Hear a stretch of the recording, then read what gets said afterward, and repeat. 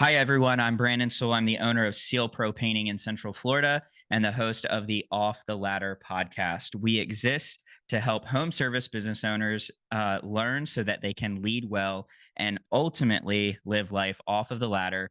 And I'm excited about today's guest. I have Jason Paris here, and he is the owner of Paris Painting. And they do residential house painting. They have been in business for 10 years. They service Minnesota. Is that right? Minnesota. And their annual revenue is 10 million and they're doing about 1.5 million, correct, in net profit.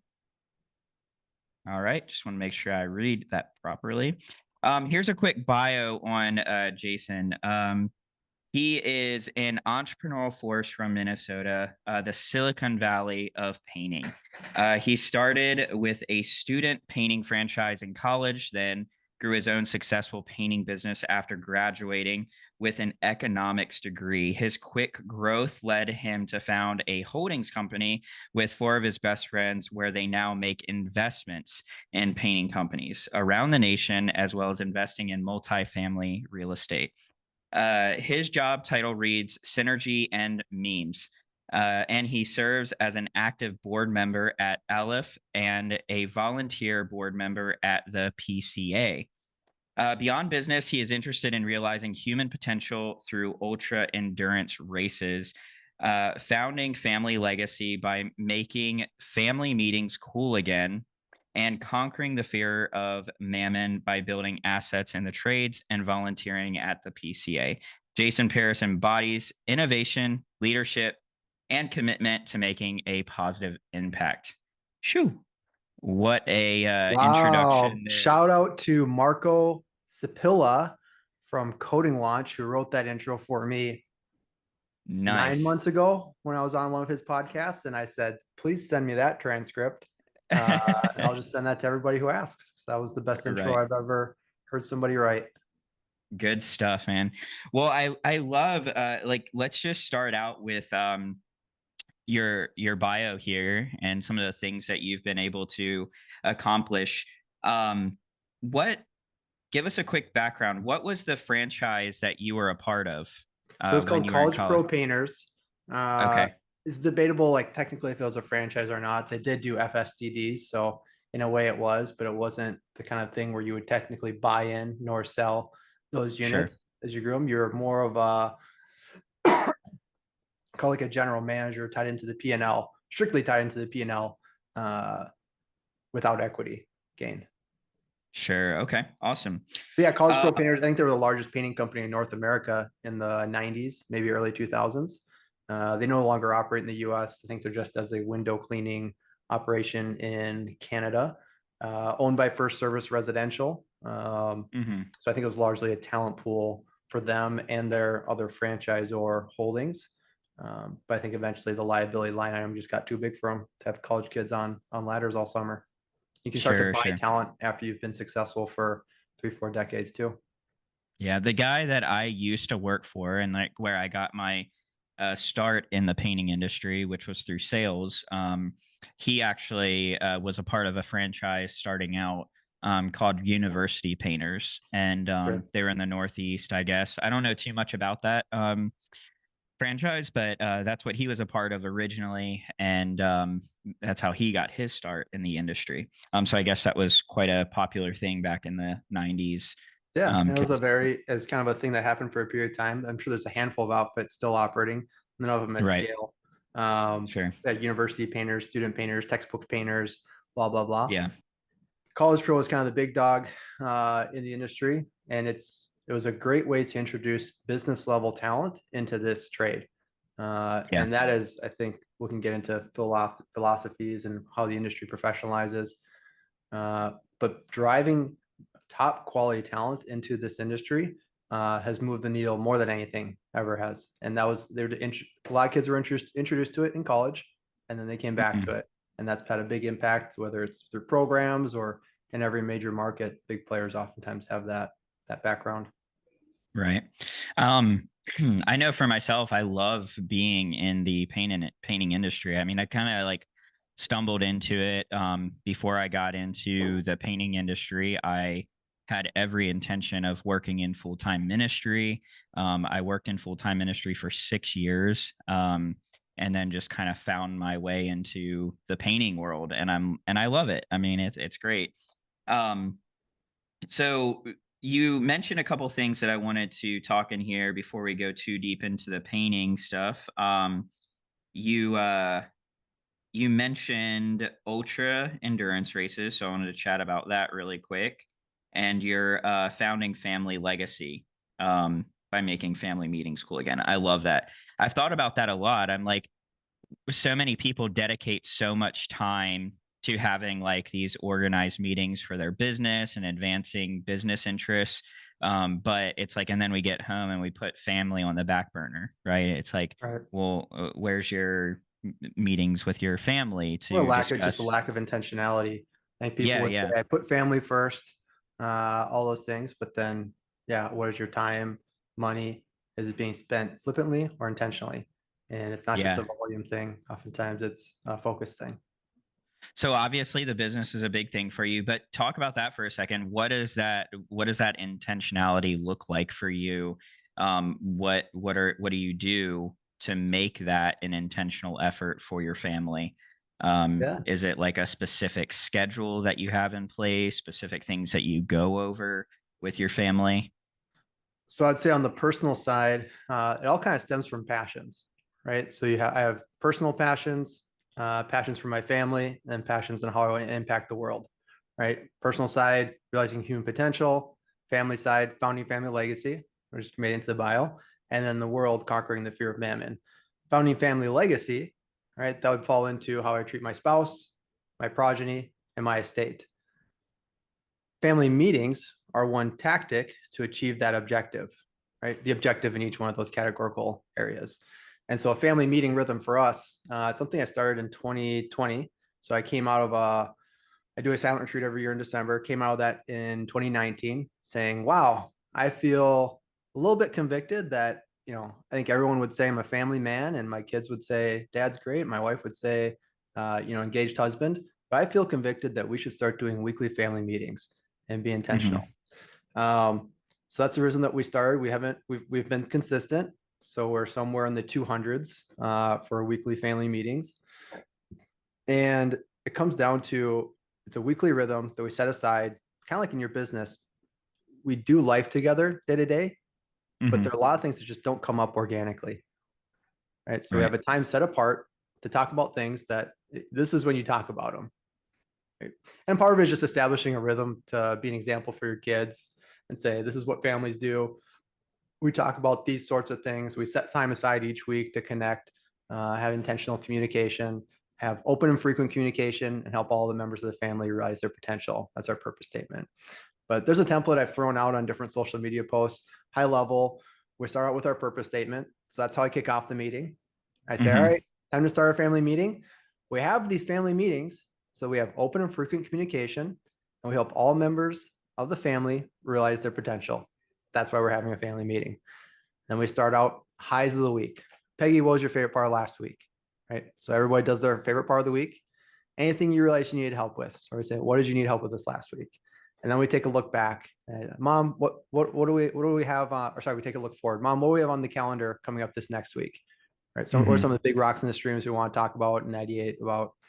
Um, then we'll talk about the house, homestead, his like ideas. So like vacations that are coming up, projects we want to do around the house, ideas on how we can improve the efficiency of the home, general flow.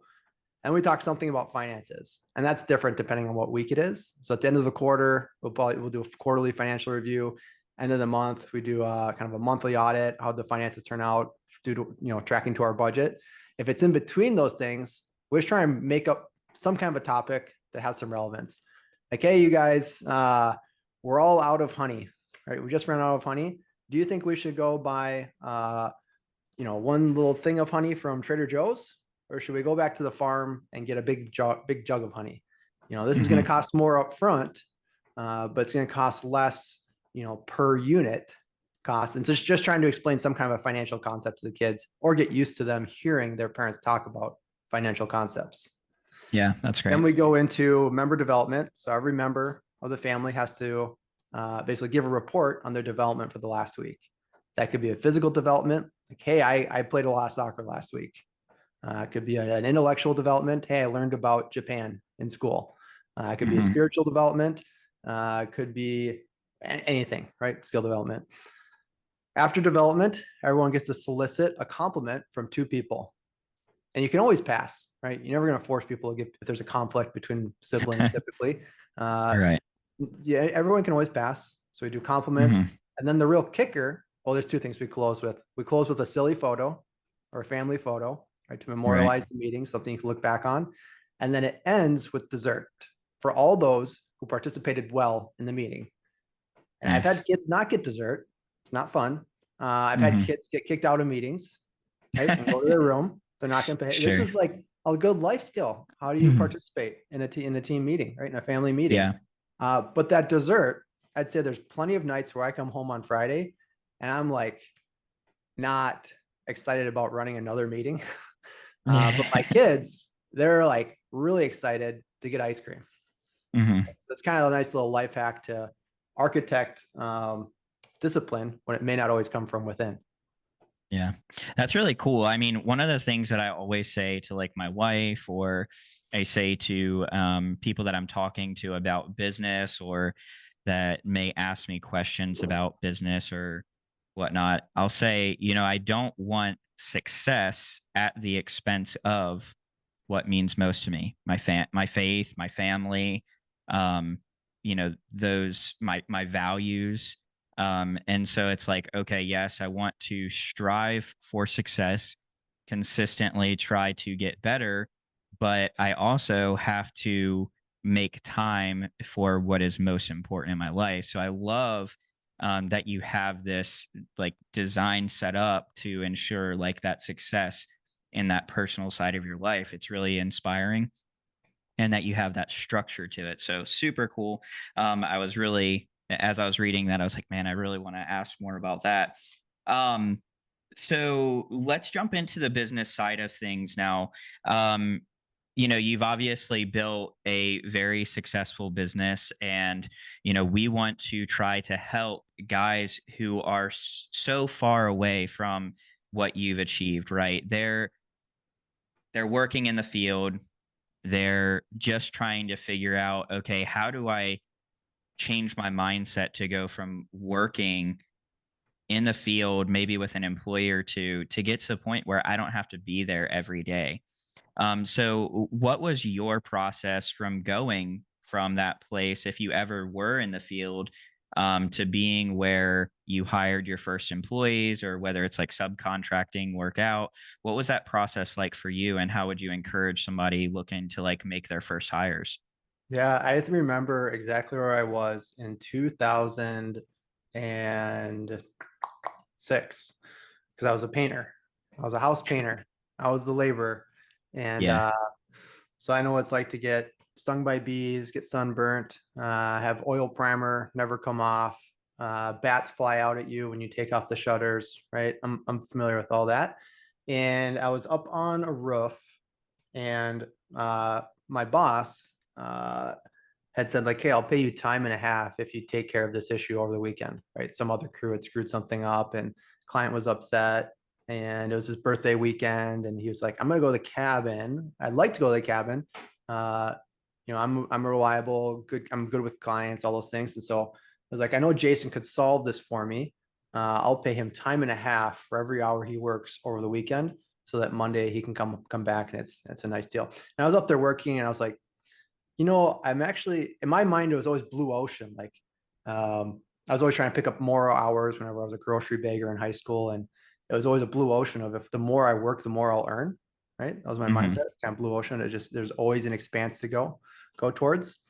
And it just finally clicked of, wow, I can now work as many hours as I want to. And even if I worked 80, 90-hour weeks, I will never make as much as the person who's my boss. Right? uh, Yeah.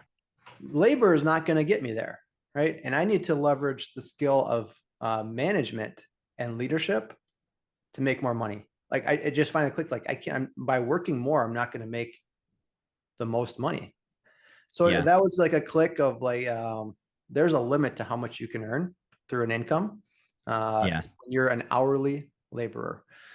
Um, and Let me then just eventually, interrupt. Let me yeah, interrupt and say that, like, I like that you're talking about the fact you are a laborer, but really, what do we always say? Like, somebody who's maybe they already are the owner, but they're working in the field, they own a job, right? Because yeah, as long as they're in the field, they hit a limit on how much they can really grow and earn. So it's the same thing. yeah. They're an owner whose equity is worth nothing without themselves driving every role of the business, Right. right? It's like you're an owner on paper, uh, but you are actually a self-employed what, right? And most people, the self-employed painter and self-employed project manager and self-employed salesperson and Hmm. self-employed president, right? So they're overseeing themselves through multiple different hierarchies, Right. right? And that's kind of like, I think what you're trying to help people with is how do you become not all those, but at least a self-employed sales rep and president, right? That's Hmm. probably the ideal goal for a lot of painting contractors is I just don't want to paint and manage job sites every day.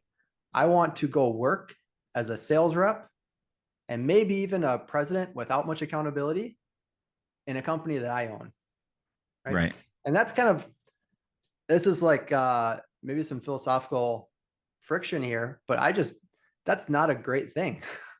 uh, I would say that's like a messy part of the industry where there are just not many good painting companies where painting Hmm. contractors can go be sales reps, project managers, presidents, unless they take on all the liability of owning the company themselves. And then when they do that, they find out that it's hard to be accountable to yourself. So they end up martyring themselves, right? They're not good fiduciary responsibilities. And Hmm. that's like an awkward dynamic of where this trade is right now. I wouldn't say Sure. all the trades. Yeah. How do people become, I don't want to be a laborer. I want to be a sales rep and I want to be a president without much accountability because I own it and I'm the shareholder. Uh, Hmm. that is a transition. It's a mindset shift. And it starts with some of what is your opportunity cost of time. And so when you say Right. like, what is the flip switch? It's if you want to make more money, you're not going to make it by working more hours. You'll make it by making a margin or a spread on other people's hours, right? That you're going to Right. manage. Now, to do that, you have to have some competencies and skills that most owner operators do not have. And so Sure. when there's like this fallacy of everyone should be a business owner, most of you should not. I'll just say that right now. Yeah. I've met, and I don't have a problem speaking the hard truth. The Hmm. competencies required to manage people well, procure and manage labor is a skill set that most owner operators do not hold. Yeah, that's And good. they will find that out and they'll go right back and they'll say, I made more money when I was smaller. And that is true because you hit the Peter principle, right? Yeah. Um, that was a little bit of a rant. Hopefully No, it's I mean, life I giving. Maybe we can no, make I it think positive again. no, we've brought that up in a couple of other interviews, and because I've said to people, there are guys out there who shouldn't even own their own company. They would be better off going and working for, a bigger company that's well managed, that, is, doing things better, can offer greater opportunities and more stability and things like that. They'd The probably hard find part is themselves. that usually doesn't exist. And that's where I Sure. feel for people.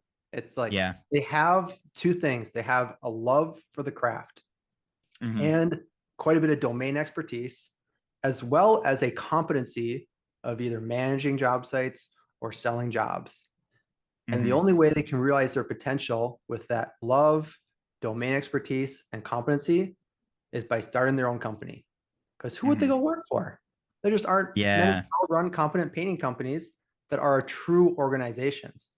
Yeah. They're almost 99.99999% are owner operators who, at the most complex, have extensions of themselves. The organization is an extension of them, right? And they Yeah. have helpers.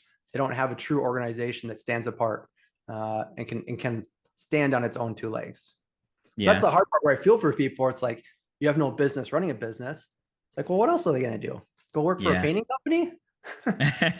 Well, and I think that is like one of the biggest challenges I think that the painting industry faces. But I think that one of the problems is that you have so many of these guys out there who are running businesses where they don't know what they're doing. They don't know how to charge the right numbers to make the right margins to cover everything that they need to, and be responsible in that sense. And then you have people out there who they are business minded people. They do want to grow these businesses and have that um ability and the skill sets to do so, but they need these guys who are just like I, I almost feel like it's like a lack of being able to like come under management and just they want to just do their own thing. It's like, well, by doing that you're actually making things more difficult for yourself and for the industry. But I don't know, you might have a different opinion on this, but I feel like if some of those guys would just commit themselves to working for a stable company, then it would help the industry, instead of so many of these like little companies being out there trying to figure things out Yeah, when they don't have the do you know what I mean? Like they I don't hear have what the you're skill saying. set or the ability. I might be a little contrarian, but I have two thoughts on that. One is a lot of people who are owner operators are not going to, they don't have the skill set of playing nice with others. And they should Sure. not go work in an organization. They should not go work for a painting company. If they could play nice with others, there's probably a lot of different life choices and career choices that they would have chosen. Mhm. And if you can't handle the friction of relationships in a hierarchical structure, being self-employed is your place to play. And there's some Yeah. pain that comes with that, but there's also some joy that comes with it. It's like you don't have to have a boss that you disagree Yeah. with, and power structures and relationships are a skill. The second part of that is I would never blame the fractured nature of the industry for what we would call it, the unprofessionalization, the challenges that come from it. If the industry Mhm. is going to professionalize, it's going to be driven by consumers. It's not going to be driven by artificial barriers of standards or licenses or making everybody charge more money. It's Mhm. up to clients what they demand. And if they demand professionalized services, Yeah. that's what's going to grow. Right. And part of Yeah, that is yeah. just it's kind of like uh, it's Christmas season. You know what most clients are demanding from who care Target, Walmart? 2-day free delivery, right? That's Yeah. what the clients demand, right? Yeah. Amazon gave a taste of 2-day free delivery, and now it's what clients want. And I would Yeah. just say in our market, that's kind of like the hope is we actually own 3 painting companies in the Twin Cities. And it's like when clients get a taste of that, they're going to demand it. They now Yeah, yeah. demand, our hope is clients now demand professionalized painting services when they want to paint their house.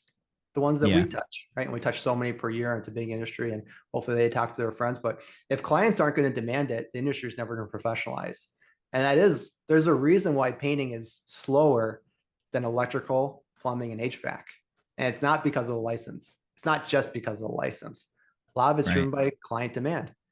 When Yeah. clients have HVAC, electrical, plumbing needs, there's a time sensitive nature to it that's not found in painting. And there's a cost of rework that's not found in painting. Those are two elemental components of those trades that are very different from painting, right? So it's like, why isn't painting professionalized? There's not a true emergency. There's not a time sensitive nature that demands a more complex organization to service. Mhm. So if you want to do quick turnarounds, you need a pretty complex organization. It's usually not chucking a truck, right? You need quick scheduling intake and quick estimating abilities, clear communication between field and the office, as well as availability. So you need to be really good at procuring labor and keeping that ball rolling, good at forecasting, good at cash flow management, all those things. Yep. And then there's a high cost of rework that's just not found in painting, right? So the Mhm. expectation of a high level of skill and competency is much, much higher, right? People are more willing to take risks with painting, and companies can exist doing shoddy work in painting because what's the big deal? Worst case, you have to repaint it. And I say that like it is not a big deal. Obviously, it's a big deal, but in contrast to the rework of a plumbing pipe, or Yeah. an electrical fire, right? Yeah. Those are some of the things when we talk about professionalizing the industry that I think oftentimes we miss the mark on what we're honing in on. It's up to the clients. If the clients demand professionalized industry, you can influence that a little bit, but I don't think it's going to be driven by uh, telling people to charge more money, right? It's not going to be driven by this artificial barrier of a license or accreditation or whatever it may be. It's ultimately driven by demand, right? It's the kind of the economic law of supply and demand. Yeah. So welcome Um, to that's my TED talk. Hope you no, enjoyed but I mean, that. it makes so much sense, and I think that's why, like in my mind, the best, and I know I'll ask what your opinion is on this, but that is one of the biggest challenges is the customer. They don't know what they don't know about the painting industry, right? So I think there's a lack of education on like what is a professional painting company, what is a professional experience like, and so I think that there's it's like, well, I can just go with this company and they're cheaper and I'm going to get these same results, and it's no, you're not. It's Unless going to they be do. different. Unless they Well, do. yeah, I And mean, that's maybe the they thing you have could, to but look at is if you want to charge a premium price, what is the difference between you and chucking a truck? You can't right. just say we care about quality. Well, no, I think it's the experience, so the potential of that company going out of business, right? So um you have, if a company is financially responsible, if they are professional in nature, um they're going to bring a better experience all around, from communication to follow up to the customer relationship, how you're respected and cared for in your home, and how do the people who's coming to your home, is it somebody who just got out of jail last night, or is it a great person who's a family man and is going to respect and care for your home and your family. So I think that professionalism is important, but I feel like so many people overlook those things that matter and are going to make a difference in your overall experience. And and then you have the workmanship side of things. I mean, there's guys out there who swindle customers, and they just, oh, we're going to use premium products and we're going to do premium service, and then it's just they're cutting every corner they can, and they're buying the cheapest products they possibly can, and they're doing, so I think that there's just I think there is a lack of understanding of what makes a quality professional painting company versus the opposite. So I think there has to be education for consumers on that end as well. And then this I'm curious to hear, what is your opinion then of how that's fixed? I mean, I know you have the LF holdings, and from what I understand, you guys will purchase equity in other companies, correct? And then do you offer the management and like the professionalization of that company, or how does that work? How are you guys going about trying to fix that issue? So the issue of clients demanding professionalized services, I'll maybe Yes. shelf and then come circle right back to that. I'd say the Okay. way that Olaf integrates with a company, obviously, like we have information, we have playbooks, we have a custom LMS we've built, but the true rub of why companies do not professionalize and scale Hmm. into an asset, right? So we talked about income versus ownership, right? Assets are something where you will distribute a dividend independent of your energy and effort. And that's our goal with these owners. And it's only for the select few that want that. And most people don't. But for those that want to build their organization, their painting company into an asset, we come shoulder to shoulder with them to do the work. And that's the true kind of nature of what is required to build an organization. It's not information.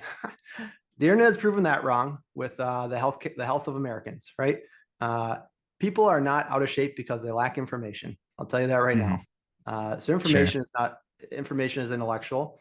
It's not systems and processes. If it was, uh, the one people with the biggest checkbooks would win. They don't. Hmm. It requires hard work and domain expertise, and that's what we're really good at. So we cut shoulder to shoulder, build out the organization, doing work on the company. That is what we're good as partners with Olive Holdings. Now, how do you change it so that clients demand professionalized services? You cannot change anybody. Sure. People can only change themselves. You can influence. You can influence through an experience. So we're saying, like, what happens when someone gets a painting quote from JMJ Painters, one of the companies we have equity in, right? Well, it's not saying we're going to use premium products. It's saying here's the products we're going to use. So what happens when they get a bid from your issue chuck in the truck, right? And it says we're going to use premium products. A client's going to say, well, what does that mean? Chuck Hmm. and truck's not going to be able to answer that because they say, oh shoot, I was hoping to do the rope-a-dope. And all those things of if a client demands an organizational feel, they're going to feel that and not get that other places. And that's where it just comes down to of you can educate people, you can influence them, you cannot change what they want. And if people want cheap painters that sometimes it's a little bit more frictiony to work with, sometimes you're not quite sure what you're going to get, that's fine. That's what the industry is going to be. We can't change that. Now, by and large, most industries don't gravitate towards that desire. Most of them, the clients, once they get a taste of a professionalized service, they want more and more of that feel, right? Walmart and Target are following Amazon, not running away from it, right? People are demanding those things. So I'd say, how do you change the industry? One is giving people a taste of professionalized feel. The other is drawing top level business talent into the industry. Right? So how do Hmm. you draw top level business talent into the industry? You show that there's a pathway to an asset, to building Right. equity that has value outside of your energy and effort. And this is where you look at some of the top MBA students have been going into building breweries of all Hmm. things. Why are they building breweries? I'll tell you why they're building breweries. It's because they're looking to sell it to Anheuser-Busch. Right? They're You're looking right. for an equity play on these builds. Now, 20 years ago, do you know who built breweries? Alcoholics, people who like to drink, right? Who's building painting companies right now? People who like to paint. Hmm. Right? But how do you get MBA? How do you get people who are top level business talent who are interested in building wealth to run painting companies? You prove out that model of wealth generation. That's another big that's like the macro picture of Olive is how do we Hmm. prove out this model that painting companies are not just lifestyle businesses that are an extension of the owner, but they can actually become stable and passive income for generations. Right.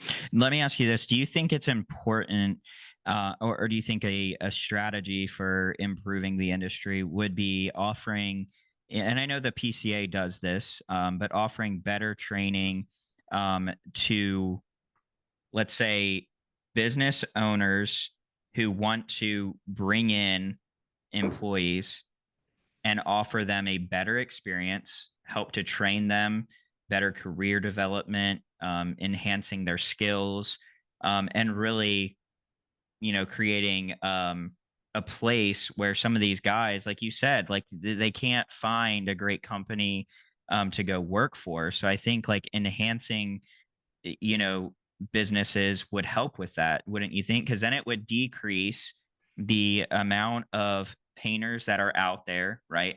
Decrease the options that customers have, and then leave just the really professional companies left. So it's a better experience. Does that make sense? I feel like one of the challenges is like anybody can, and I know you said that not increasing the barrier of entry.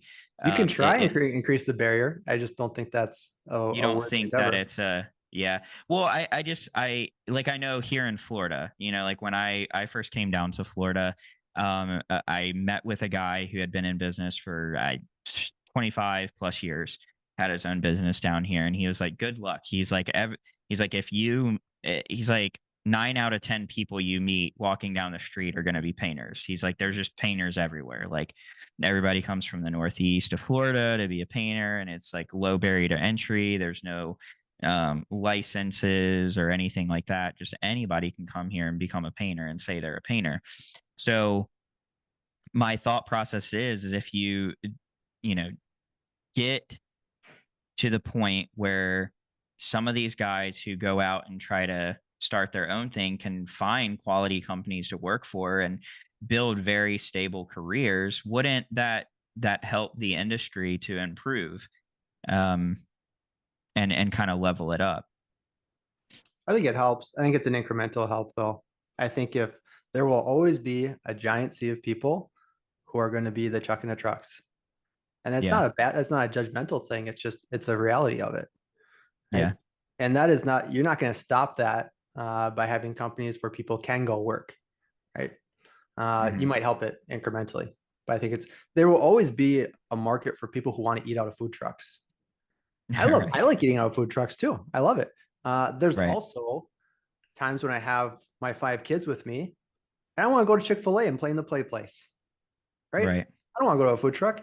Or when I'm with my wife, when I go out to a nice meal, it's like, oh, I want to go to a Kindred Kitchen. I'm not going to a hmm, food truck, right? And that's kind of where these preferences come to play. Is I would say even if there are a bunch of chuck and trucks out there,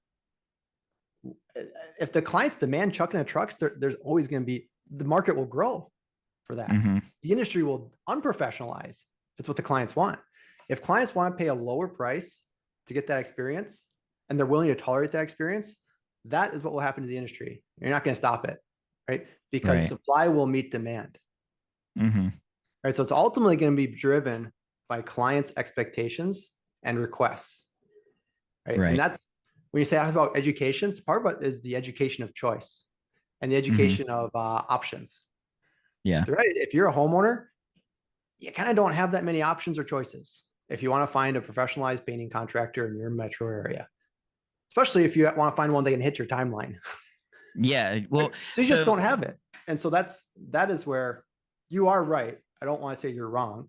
I think that sure that helps. But that is in my opinion, and what do I know? I'm a humble painter from flyover country. That is like pouring a bucket against a lowering tide. yeah, I think one of the challenges and that you're bringing up is like we do live in a time where everybody wants to be instantly gratified, right? So I know this for myself. When I first started my company, I used to sub everything out, and I hated it because um I couldn't stand the situations where, like, I can meet customers' deadlines quick. Like, hey, I need this done in 3 days. Okay, no problem. I've got like a handful of subs. But the things that I got sick of is like, hey, I've got this project for you on Friday. Do you want it? Yeah, absolutely. I don't have any work. Show up to the job. Hey, this is more than I was expecting. I need 800 more dollars. It's like, well, I can't give you 800 more dollars. Okay, well, then I'm not doing the job. They pack up their stuff, they leave, and then the customer's like, hey, where are your guys going? Uh, So you thought you were eh, good at procuring labor, but you're actually not. And you don't have the infrastructure to handle those. That's a normal variability. sure. And that's where I But say I'm if you just, want to go ahead, I'll let you I, finish. but I can, so this was what I was leading into is what I think what you guys are doing is you guys predominantly have a subcontractor model, correct? So most of the people would be subs.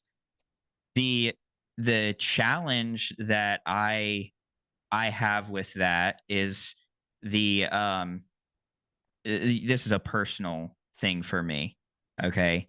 Is getting over the fact that there are guys out there who have let's say a company with 20, 30 employees, and they're paying for workers comp, and they're paying for all of these payroll taxes and stuff.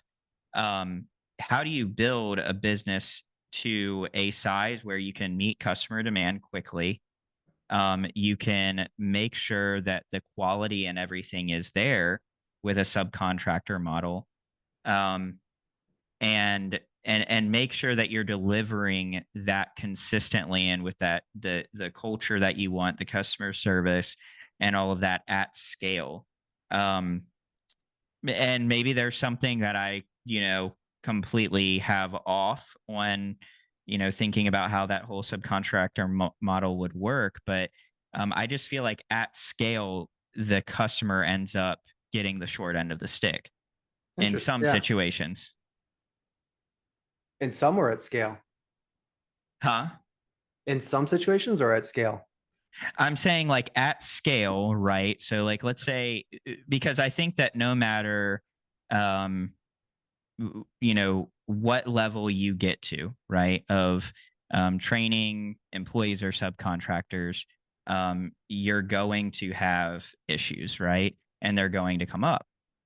Um I feel like it's much harder to build a subcontractor model, and maybe this is just from my own experience and you can help those who may want to do that. But um my biggest struggle there was having absolutely no control over what that subcontractor was going to decide to do at the end of the day, right? So, and I worked for a company who's they're like a over $6 million company now.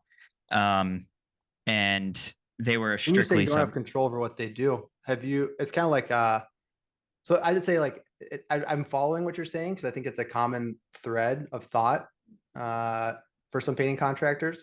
My Yeah, experience is the best painters in any market are subcontractors. They're not employees. If and somebody's that's been really the good at what they do, they don't yeah, want to be an employee. They want to be their own person, yeah, right? which But I then they find out they can't completely. fill their schedule every week. And so Yeah, you have to decide, are you going to be an effective middleman for the best painting talent in your market? So I would right. say like, how do you provide top quality with employees? These are people who are not the best of the best. And I say that, I mean, we have partners that are all employee based. Hmm. We'll probably we do north of $1 million of employee painting and Paris painting. And we at Pendulum this one back and forth. But Yeah. from my experience, maybe it may just be the Twin Cities, but the best painters are subcontractors by far. Well, I think that it's an interesting like um like so the issues become different, right? So uh, when the best, especially in a saturated market like Florida, this is what I ran into. The best subcontractors, even though they didn't want to run their own business, right? They didn't want to go out and find their own work. They didn't want to do all of that. They still knew what they were worth, right? Because they're great at what they do. They know that they are one of the best, right? So those subcontractors want what they're worth. Okay. So then when I go into a bid, and in order for me to hit the profit margins that I want to hit, let's say that's 50% profit margins or more. Well, now I'm going in and I'm bidding against these other companies, Chuck in a truck, or, the guy who's just, he'll have anyone paint from him. He'll pick up guys off of the Home Depot parking lot corner. He'll pick up, guys off of Craigslist. And then I go into a bid and I say, hey, here's my bid. Here's my price. We're a professional company. We're going to offer you the best workmanship, and this is everything that we do, and this is why you should use us. And then well, you're 50%, 60% more than all of my other bids. Your bid's 10 grand, and I've got a bid for, you know, 3,000, 4,000 to do the same work from three other contractors. Like, you can't possibly be that much better. Well, it's like, well, no, we are going to be better. We're going to offer better communication, customer service. We're going to, do what we say we're going to do. We're going to show Probably up on not forty time. percent better though. The client's probably not Huh? willing to pay 40% more for that, right? Right. But But that, some will. well, There's I'm just a just few saying threads is on. like, so But once you get to that point where you have these guys who are the best subs, right?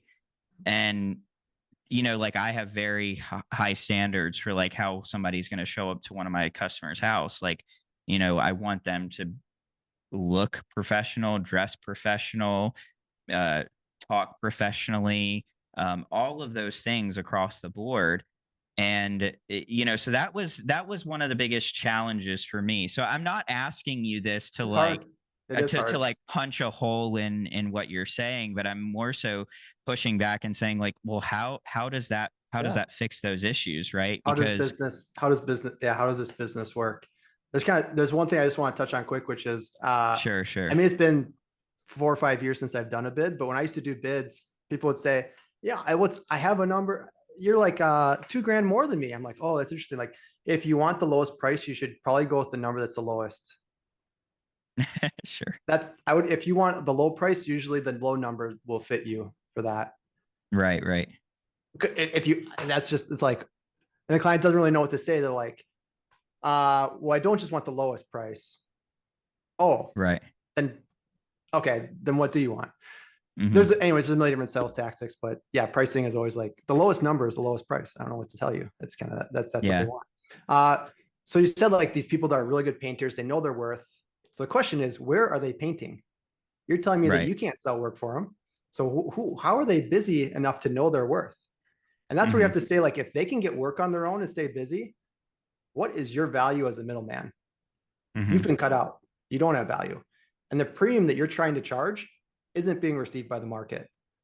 Right. Right. This is where like all business is essentially almost all business, you're a middleman, right? Hmm. Sherwin-Williams is not mining the materials to make their paint. They Right. are buying it from somebody else who's making it, doing a value add combination, and then selling it to you at a markup. Hmm. Now, you could go cut them out, but that would require more work than you're willing to put into it. And that's where Right. you have to decide is, and the value that I'm providing as a middleman enough that it's not going to be, I won't be cut out by the source of the labor, right? Nor will the end user go through the effort of cutting me out. If you can't answer that question, you're not going to win, right? Right. Ultimately, that's what you have to do is you have to provide enough value that's hard to replicate. So if you have guys that are not accepting the prices you're giving them, that means that they are finding the price they want somewhere else, Right. right? And so that's kind of like, that might be a little more philosophical than you're asking, or maybe a little bit more big picture. But that's kind of I like mean, at the end I of the day, how you would run any business, whether it's with your employees or your subcontractors, or yeah. if your Target, selling clothing. Like when Target goes buys clothes from Malaysia, I'll just tell you, Hmm. suburban moms are not flying to Malaysia, renting a cargo ship cruiser, and shipping Yeah. the clothes back to a port near them.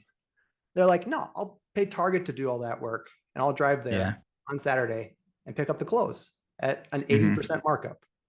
They could cut you out. They could cut Target out, right? Just Right. like your clients are like willing to cut you out to go some way cheaper. Or you sounds like your labor might be cutting you out because they can find work to get the price that they want to get. And I think that's true to maybe in some extent, but I think too, it's like, I've had guys tell me it's like I'm not getting up off of my couch for more than, X amount of dollars per day, right? And so if they can't find that, they're okay with like do the one job and it gets them through like a few weeks making like what they want. And then that's like, okay, well, if Yeah. you're not going to pay me to like get up and make this worth my time, I'm just going to stay at home. So I don't know, I think what's your opinion on like different markets driving different results on like what you're saying? Like, do you think that how Florida is different than Minnesota versus California versus the far northeast? Like, do those different markets and kind of like the different nuances of those markets change that philosophy, and make it a little bit different and more nuanced and maybe not like I think whether it's a different geographical environment or a different geography in time, you're ultimately trying to match supply with demand. So you're trying to find the clients that will pay your markup for what you are procuring, whether they're mhm, clothes from Target, whether they're raw minerals from Sherwin-Williams packaged into the paint, or whether it's your labor services in your painting company. You've got supply, there's demand for it. Does the markup that you need to charge to make it worth your while to do Will that find an equilibrium? And that was different in 2008. Hmm. That was different in 2020. That's different in 2023. And so like you see there's different market forces, there's different geographical forces, right? So let's say in Florida, you'd say there is an oversupply of cheap labor. That is a challenge Hmm. that you feel like you face in Florida, right? And so then you have to question like, is there enough demand from clients that are willing to pay for the value add that you create or not, right? And if there are Right. not, then you don't have a business model. Right. And that's not up to you. That's up to the market. That's up to clients. There's only so much you can do to create. You're not a lobbyist, so you're not going to create weird California laws or whatever. Right. So that's kind of like the fundamentals of business is there a model that's sustainable? And I would say absolutely there is in Florida. There are enough clients, but I don't, you know, the missing equation, I don't know. And this is not to poke a hole at you, but it's kind of like, what is the value add you're creating between the labor procurement and the end user of the client? And is there Right. enough of a delta? And how much of that delta are you trying to capture? And do the clients desire that? Can they observe it? Now they're willing to take a risk. Every transaction is a risk of signing the contract to receive it. And same thing from the labor standpoint, right? Does the labor feel like they're getting additional value outside of what they can procure on their own at the demand that they can meet, right? Right. Because there's the clients that demand a quality service that subcontractors are not going to, they're not going to cross that bridge. Sometimes it can be, it's hard to estimate jobs correctly. It's hard to do a sales presentation.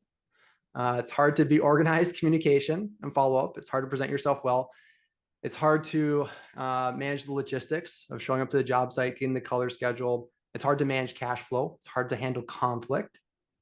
Right? These are all things that you'd say as an organization you're going to value add to people who are really good at painting. It's like you can be good at painting and not be great at handling conflict, not be great at handling finances, not be a master logistician for all the intricacies that need to get moved around. You don't have to be great at estimating jobs. You don't have to be strong at the skill of sales, right? Just Hmm. kind of picking out a few of them, right? We'd say, are these enough things that I've packaged that have demand meets supply, Hmm. right? But I Well, think it is fair to say the market was very different in 2008, very different in sure. 2020, very different in 2023, very different in Minnesota, very different in Florida, very different in the Northeast. California is a different country. Uh, Right. but I don't care whether it's painting, selling shoes, selling raw minerals. It's ultimately, can you have supply meet demand, and can you capture enough value to make it worth your while? Right. Well, so let's kind of pivot and ask this, like, how do you solve this at scale? And for, guys who have painting companies, what is the solution for them getting, because when I think of this at scale, right, is how do you get some of these guys who have that talent, right? Maybe they have business talent, but they're in the field and it needs to be developed, right? Where do you recommend them going? What do you recommend them doing? Um how does that elevate the industry as a whole across all markets across the nation to bring it up all together, right? I mean, that's a big feat. That's so what is Yeah. your take on doing that on a very, very large scale, not just, let's say 15, 20 companies, but it's a very large scale. Like how do you bring that up collectively? Sure. I think you can skill people up in their ability to be self-employed through the basics of competencies, business competencies. So priority management is probably the lowest hanging fruit for how you can get, and like understanding how to do a business model, a financial model, like probably financial literacy and priority management. Hmm. You could skill people up in those two things. That would probably make it the easiest for everybody to do a little bit better. I am maybe a little contrarian. I think that the way that you transform the industry is not bottom up. I think it's top down. I think you got to drive top level talent into this industry. I think you look at the wide swath of the labor that's out in the field today. Uh, there's going to be an incremental benefit, and it's a worthy endeavor, and it's something that Well, I'm very let involved me with ask the this. CCA in, and I know this I, I podcast com- is in. I completely agree with you on you have to drive it from the top. But my question is like on a large scale, how are you doing that? Like, so, let's say, you The have, same way uh, it'd be farming, coffee shops, breweries. Those are all industries that were what painting was. Hyper fragmented, local family. I mean, who owned a farm 60 years ago? What did it look like to own a farm? right. Who owns farms today? What does it look like to own a farm today? Mhm. Who owned coffee shops 50 years ago? So who is that ownership? Who is driving that top level talent is what my question is.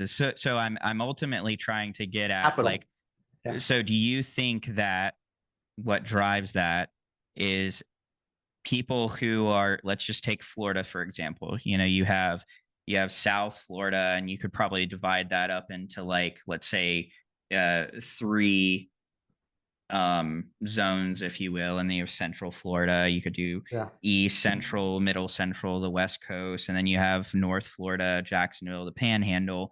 And each one of those areas, how are you elevating the industry? Are you encouraging guys that have the larger companies to become a part of LF Holdings, and then to adopt, the professional model that you guys have in place? I'm trying to get at, like, how does that problem Yeah. get solved in each I don't market? have the disillusion that my little holdings group is going to change the industry. Sure, sure, I think we become the largest painting company in North America. I think that's well within the reach of this talent pool that we have on board. I think if you look at sure. our 5-year pro forma, we've got some pretty exciting things. Um, but no, we're not going to be the one that changes the industry. I think we have a potential to be the tip of the spear, right? Improving Mhm, out that model that I've been describing of top level talent, business talent seeks wealth. They mhm. seek equity growth, right? They want Sure. distributions. Ultimately, you know what drives change in Western society? Do you know what our economic model is called? It's called capitalism. Yeah, yeah, right, Capital is what drives change. Capital is right, always seeking and demanding a return. And as soon as private equity starts to get involved in roofing, plumbing, HVAC, electrical, that's when you saw it really start to change. Farms, coffee right. shops, breweries, dental offices. I mean, these are all, So, it's like I could keep going on and on about the industries that have been hyper fragmented. Didn't really know what you're going to get. Kind of what's going on. yeah. Capital So demands a return. And as soon as so that is like that is the tide when you say like, no, Alpha is going to have like maybe 50 partners, not we're not going to touch the entire country, but yeah, capital touches. That's what drives change in this economy. right. So I guess what I want to kind of press on more is, like, so for example, like me, I've got a painting company Yeah. here. I'm not gonna say that, like, we've arrived and we're like the best painting company ever, but in our market, we have one of the greatest reputations. We have a lot of great guys that work for us. Yeah. And so for, like, somebody like me who wants to elevate the painting industry, who wants to see that change, what would you say to somebody else who's wanting what you're saying, but how do they bring that change to their market? Because I think there's plenty of guys who may listen to this podcast and are like, wow, that's me. I feel like I really value the business side of things, right? That's where my priorities are, is to grow and scale a business that's going to be equitable for my family, for the future, create the same thing for other people. How does that scale outwards? Because I hear you saying, like, okay, maybe LF Holdings is just part of that, but how does that, like, what's the strategy to get that to take place across the entire nation beyond, LF Holdings and what you guys are doing? There's no um strategy. It's market forces. okay. It's not something that I can sit in an ivory tower and this is the fall of communism, right? That is the Russian model. I will Hmm. sit in my ivory tower and dictate, here's how this industry is going to perform over the next 30 years. And now you have influence. And so I'll just, sure, right? We all can create tiny ripples of hope, right? As the Hmm. Kennedys famously opined. And I think that's noble and true and valuable. And I'd say for you, like you're doing a great thing with this podcast. You're giving people hope in your local market. You're touching clients. You're giving them a taste of professionalism. There are probably other painting contractors around you who are observing you and saying, "Wow, I'm inspired. Uh, maybe I'm going to be just like him, or go work with him, or who knows, right?" And Hmm. I'd say this is a little bit of the contrarian view. I think those are all let's dump buckets of water into the ocean, right? And Hmm. I'm saying capitalism, which is really the drive of capital to demand a return, when through a profit, and you derive profit through meeting supply and demand and creating a value add, that is what Hmm. moves the tide, right? And so that's my thought. Now, I still volunteer a lot at the PCA, and I Sure. kind of doing what you're doing, right? Like, how do we create these programs, and how do I rope in all my friends to create little modules of business development talent, and how do we help people, not martyr themselves into oblivion, but to start, running a good lifestyle business, maybe even someday turn it into an asset, right? Hmm. Those are all noble and true things. They're the tiny ripples of hope that create change. But I do hold this theory, which is that capital is going to be the one that is the tide shift. And it's going to be market forces, supply, and demand. So you can have an influence by proving that out, but that is not the calling for everybody. And so that's kind of like, I feel like there's a unique calling that my group has to prove out the model of turning these businesses into true assets that sustain over generations, that produce a return to the shareholders independent of their energy and effort. Similar to if you Hmm. bought stock in PepsiCo, right? Yeah. When I buy stock in Pepsi, I'm not like, oh, shoot, I got to show up there 5 days a week. Otherwise, the company's going to go out of business. Right. Right? The company has a management team in place. It's Hmm. operating just fine. So that's like a little bit of the opining, like the ripples of hope. You are creating change. Bottom up has an impact. All those are true. It's kind of like, it's not a perfect example, but there's a story of the guy walking down the beach, and there's, I don't know what animal, maybe it's like crabs that are flipped over on the sand, and they're all like drying out and dying. And he's like throwing them back into the ocean, right? And so each one he throws back into the ocean, then it lives, doesn't burn Hmm. out.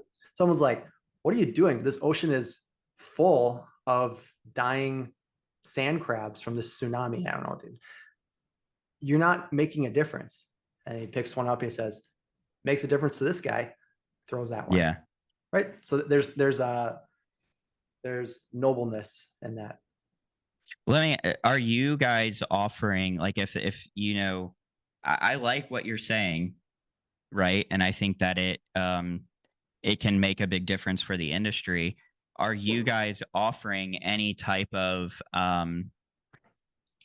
training or anything like that to people who may want to do that in other parts of the country? Or is it, or are you guys more so taking a position of like, this is what we're doing, but if you want to do it, figure it out? I mean, I'd love for there to be copycats. I think it's only Sure. better the larger the market is for buying and selling equities and painting companies. I would love Hmm. that personally. That'd be one of my favorite things in life. So certainly hope there are copycats. But this is the hard part about our model. It's not franchising. It's not coaching. It's Right. partnering. And so Sure. ultimately it comes down to what is your ability to procure talent, quality business talent that has Hmm. domain expertise and a passion for painting that aligns with your values and is Right. fits your budget and is in the right place at the right time. Right. Yeah. That's the hard part about scaling and replicating even our model is I can't tell you how big we'll get. It's going to be dependent on our bandwidth because we are Hmm. partnering with companies, and that's a heavy lift. It's a lot of work to turn companies into assets, Right. right? And we can't just tell people what to do. That is what coaching is. And coaching Yeah. has a great place. And I work with a lot of coaches, referring people to them that aren't great fits for Olive. And I know a lot of Right. people that benefit from everyone performs better with a coach. I just haven't seen it work when you're trying to build a business into an asset. It can improve the Sure. quality of a lifestyle business, but there Hmm. just hasn't been fruit on that former option. Now, for those that are listening, define the difference for those who are listening: lifestyle business versus the Yeah. asset that you're And this is defining. not a judgment at all. I'd say both are Yeah. amazing. A lifestyle business is, most dental offices, right? Or historically most dental offices. Johnny the dentist walks in, at 11 o'clock in the morning, whistling and saying, "Good morning, Susie. How is the schedule looking?" "All Hmm. booked up, sir." "Sounds good." Walks to the back office. "Hey, Dr. or hygienist Bob, let me double check it. Oh, you missed a dot on C4. Okay, boom, boom, boom, boom, boom, right? Someone who doesn't have to work that hard, makes a lot of money.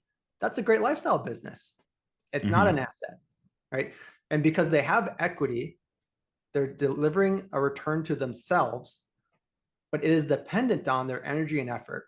So there's these categories of stability and passivity, Hmm. right? So they have stable income that's somewhat passive, right? So it's this continuum of if you're an accountant, you have very stable income, no passive income, right? You will show up every work year. Hmm. Sometimes people will build a lifestyle business up to where they get a few unicorns in place and it's passive income, but it's not very stable. There are one or two key people from being having some issue, and they can't replicate those people within a larger organization.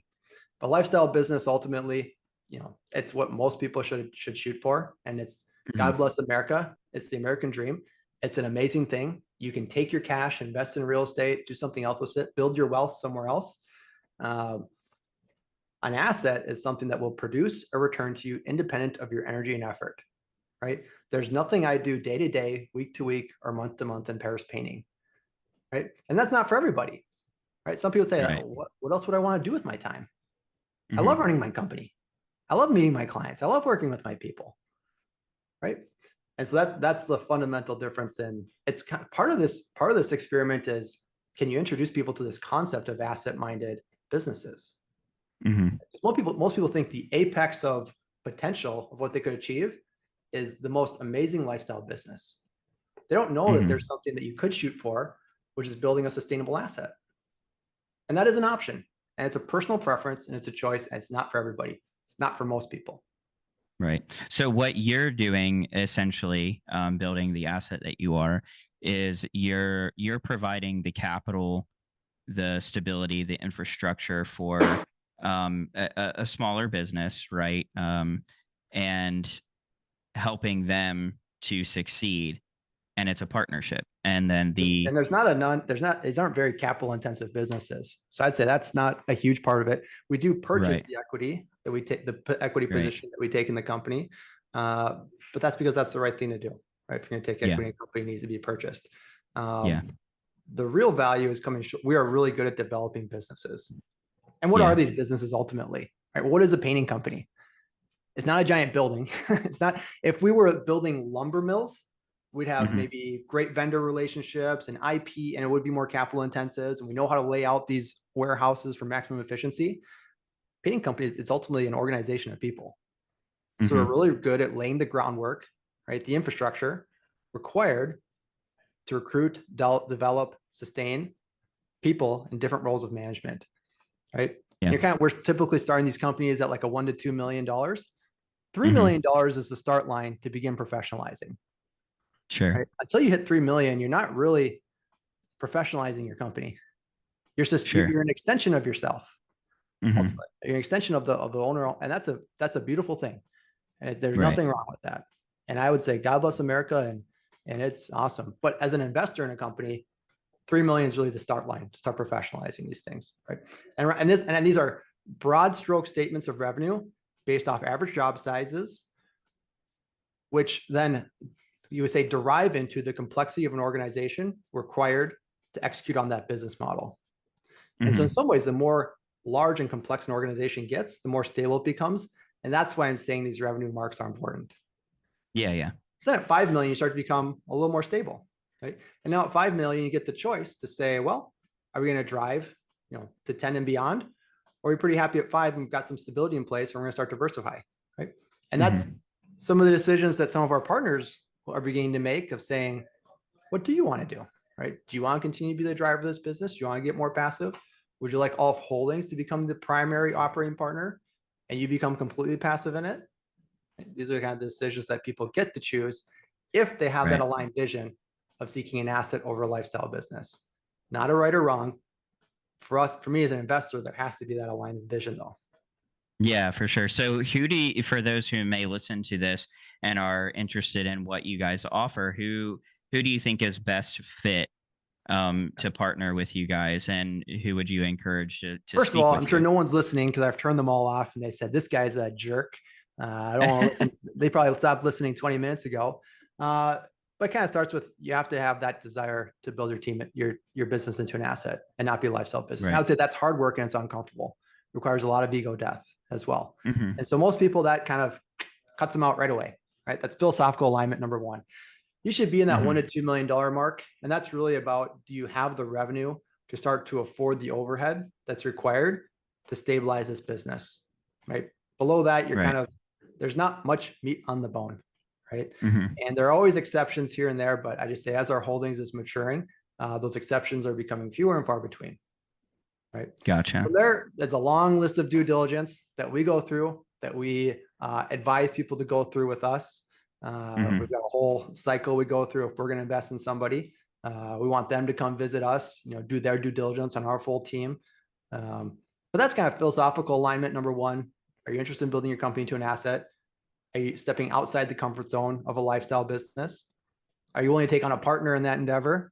Right. And all that means. So you're willing to deal with some ego death, some ego trauma, maintaining yourself as a primary shareholder. And we also set these entities up as a manager managed LLC with the founder as the manager. So you're maintaining control in that way. You have some revenue on the bone. And a lot of it comes down to value alignment, all those things. But that's kind of, I don't know if to answer that question succinctly, but a lot of it starts Yeah, with that no, no, it's philosophical good. alignment. No, I think it's good. I think that, it puts the information out there in case there's anybody who listens to this who decides like, yeah, that's something that I'm interested in being a part of.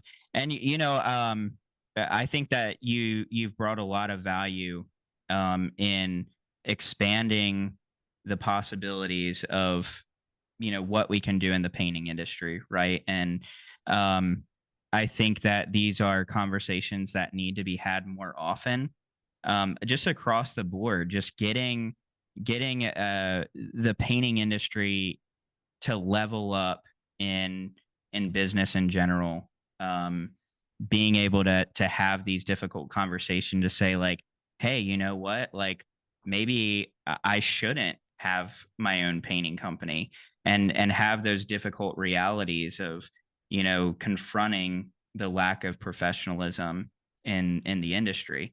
Um, because it's something that I do. I think about it a lot, and I get frustrated with it sometimes, and it's something that I'm constantly mulling over. How do we improve the professionalism of the painting industry? And um, earlier you mentioned HVAC, plumbing, um, electrical contractors.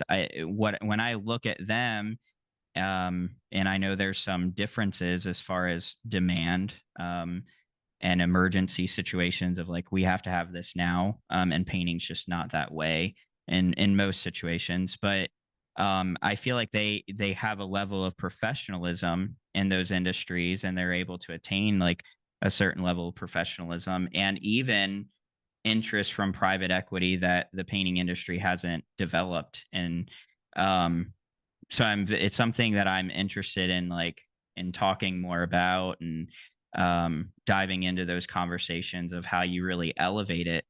um it, and yeah, I mean, I'd love to even talk to you more about how that happens and how that takes place on a larger scale. But um yeah. Glad you enjoyed it, man. I enjoyed it too. This was a fun conversation, and yeah, hopefully it kind of enlightens some listeners to at least even just think differently, right? Yeah, yeah. It's good to be exposed to new thoughts and new concepts, and in a different paradigm of how you view both your business and the industry. Yeah, no, I think it's very much needed. One of the I don't know if you've ever heard of him. I mean, he's not in our industry, but Tommy Mello. Have you heard of Yeah, him? yeah, Home service. he's big in private equity right now. Yeah, yeah, yeah, yep, exactly. But I mean, I think that that's the direction that the Now painting that's industry. Yeah, it's a little different. He's doing full Sure. buyouts Hmm. with a brand attachment. Sure, sure. But I'm just saying, as far as the I mean, he is pretty, professionalization, yeah, he's pretty deep in like, private equity. So we'll see how it flushes out. yeah, yeah, yeah. I mean, I know that it was what it was earlier this year that he sold his company to private equity. So I know it's pretty fresh, um, but still, I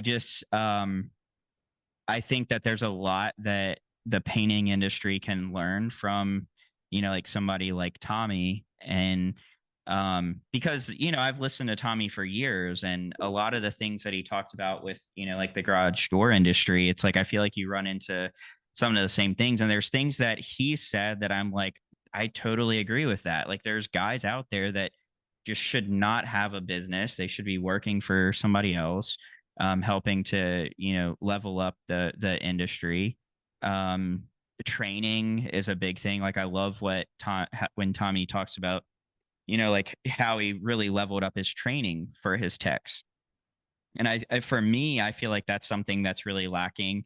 At least when I look at the painting industry, I feel like training is just incredibly lacking. It's like, hey, yeah, show up tomorrow and we'll figure this out, as we go, versus maybe having more of a formal process for training people. That's where And like I hear that a lot. I'm like where, and maybe I just am not exposed to enough, but I feel like there is a lot of labor that knows how to paint.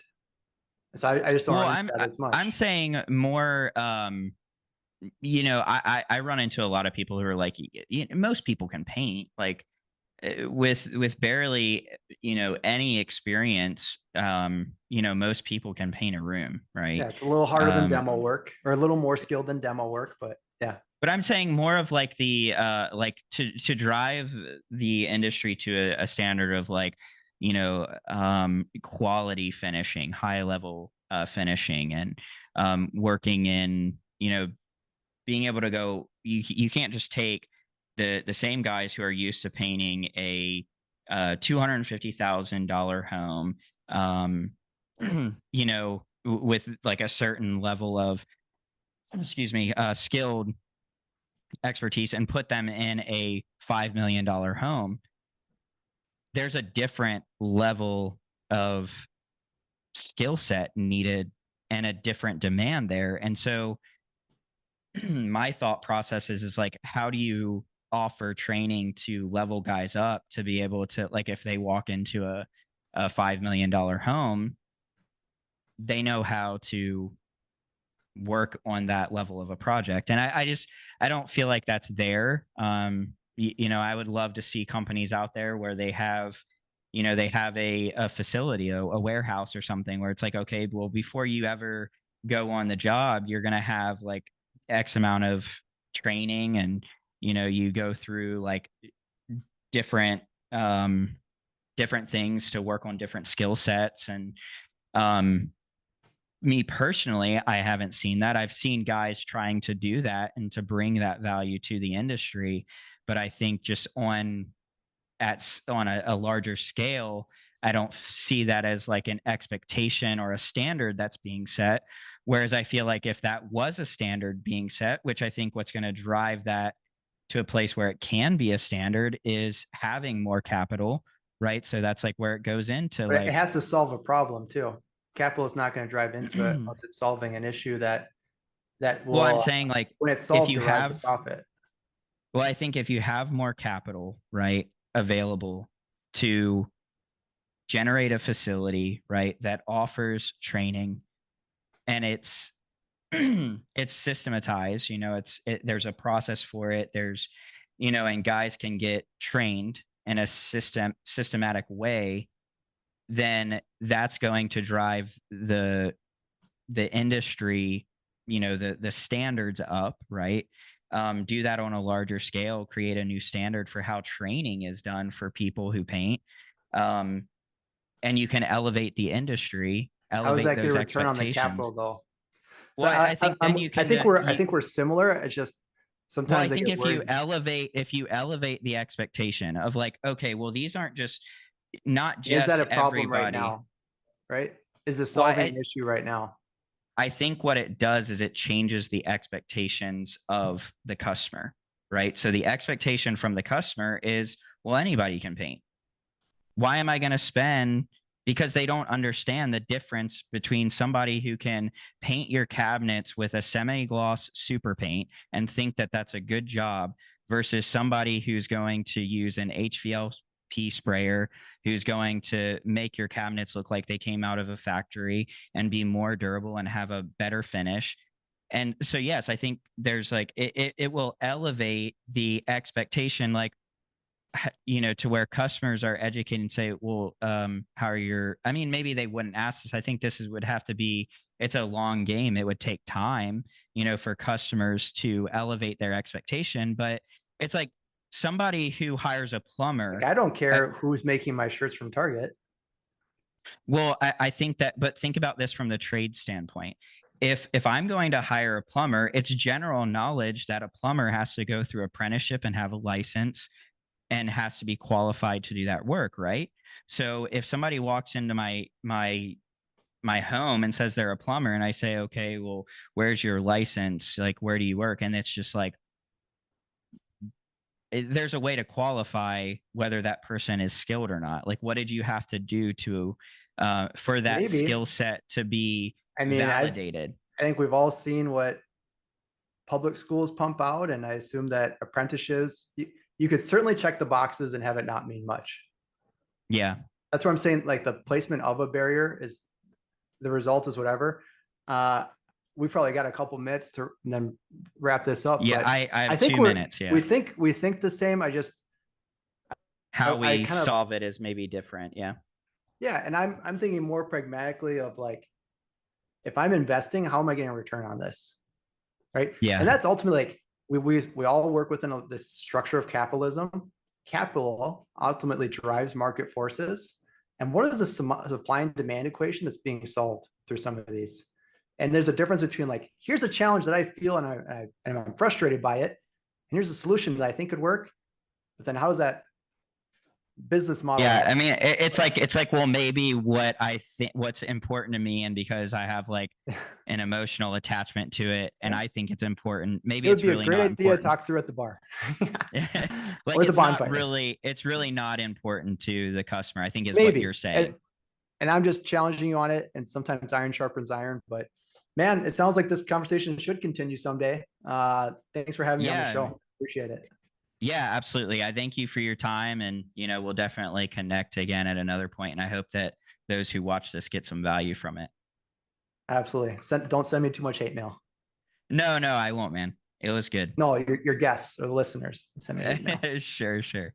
All right, man. Take care. Thanks again. All right. Thanks, Branden.